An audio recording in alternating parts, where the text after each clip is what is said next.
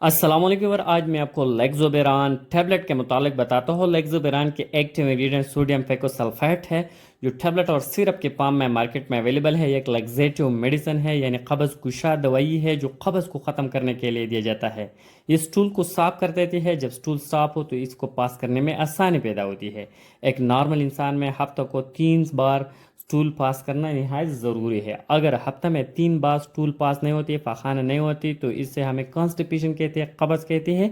इस कब्ज़ की वजह से मुख्तलिफ बीमारियाँ पैदा होती है, पेट में दर्द होती है, बोझ होती है और बहुत से मसाइल पैदा होती है, बवासीर पैदा होती है। तो इन मसाइलों से छुटकारा पाने के लिए, स्टूल को सॉफ्ट करने के लिए आप इस लेक्सोबेरान टैबलेट या सिरप का इस्तेमाल कर सकते हैं।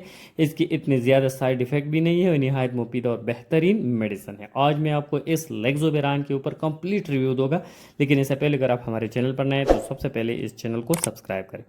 अगर इसकी यूजेस को देखा जाए तो ये कॉन्स्टिपेशन में इसका इस्तेमाल किया जा सकता है, यानी कब्ज़ को दूर करने के लिए। जब शदीद किस्म की कब्ज़ हो, स्टूल पास करने में मसाइल हो, स्टूल का पास करने में दर्द होती है, ज़ोर लगाना पड़ती है, स्टूल नहीं आते, यानी आपको 2-3 दिन बाद आपकी पाखाना आती है, तो इन मसले के हल के लिए, शदीद किस्म की कब्ज़ को ख़त्म करने के लिए, दायमी कब्ज़ को ख़त्म करने के लिए इसको दिया जाता है। कब्ज़ की मुख्तलिफ वजूहत होती है, जैसे फाइबर खुराक न करने की वजह से, जिसम में फ्लूइड की कमी की वजह से, एक्सरसाइज न करने की वजह से, या कुछ मेडिसिन ऐसे है कि इसके इस्तेमाल से आपको कब्ज़ पैदा होती है। जब आपकी कब्ज़ पैदा होती है तो इस कब्ज़ की वजह से फैट में दर्द होती है, मरोड़ होती है, बोझ होती है, फैट फूल जाती है, आपको पाखाना नहीं आती। अगर आप पाखाना के लिए ले जाएंगी बाथरूम में, आपको टॉयलेट ले जाएंगी कि फिर भी आपको ज़ोर लगाना पड़ती है और पाखाना और स्टूल नहीं आती। तो इस मसले के हल के लिए, स्टूल को सॉफ्ट करने के लिए, स्टूल को पास करने के लिए आप इसका इस्तेमाल कर सकते हैं।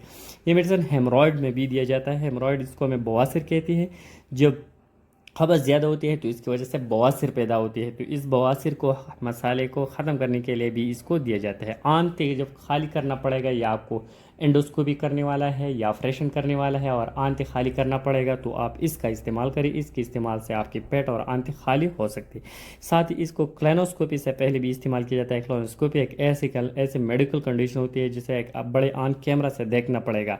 तो इस एग्जामिनेशन के दौरान आंतें खाली करना होगा, तो इन हालात में भी इनको दिया जाता है। अगर पेट में गैस हो, पेट फूल जाती है, तो इनको भी इस मेडिसिन को दिया जाता है। इस मेडिसिन की थोड़े बहुत साइड इफेक्ट होते हैं। इसके डायरिया हो सकती है, पेट में दर्द हो सकती है, सर में चक्कर और एलर्जिक रिएक्शन भी कॉज कर सकती है, लेकिन ज़्यादा नहीं।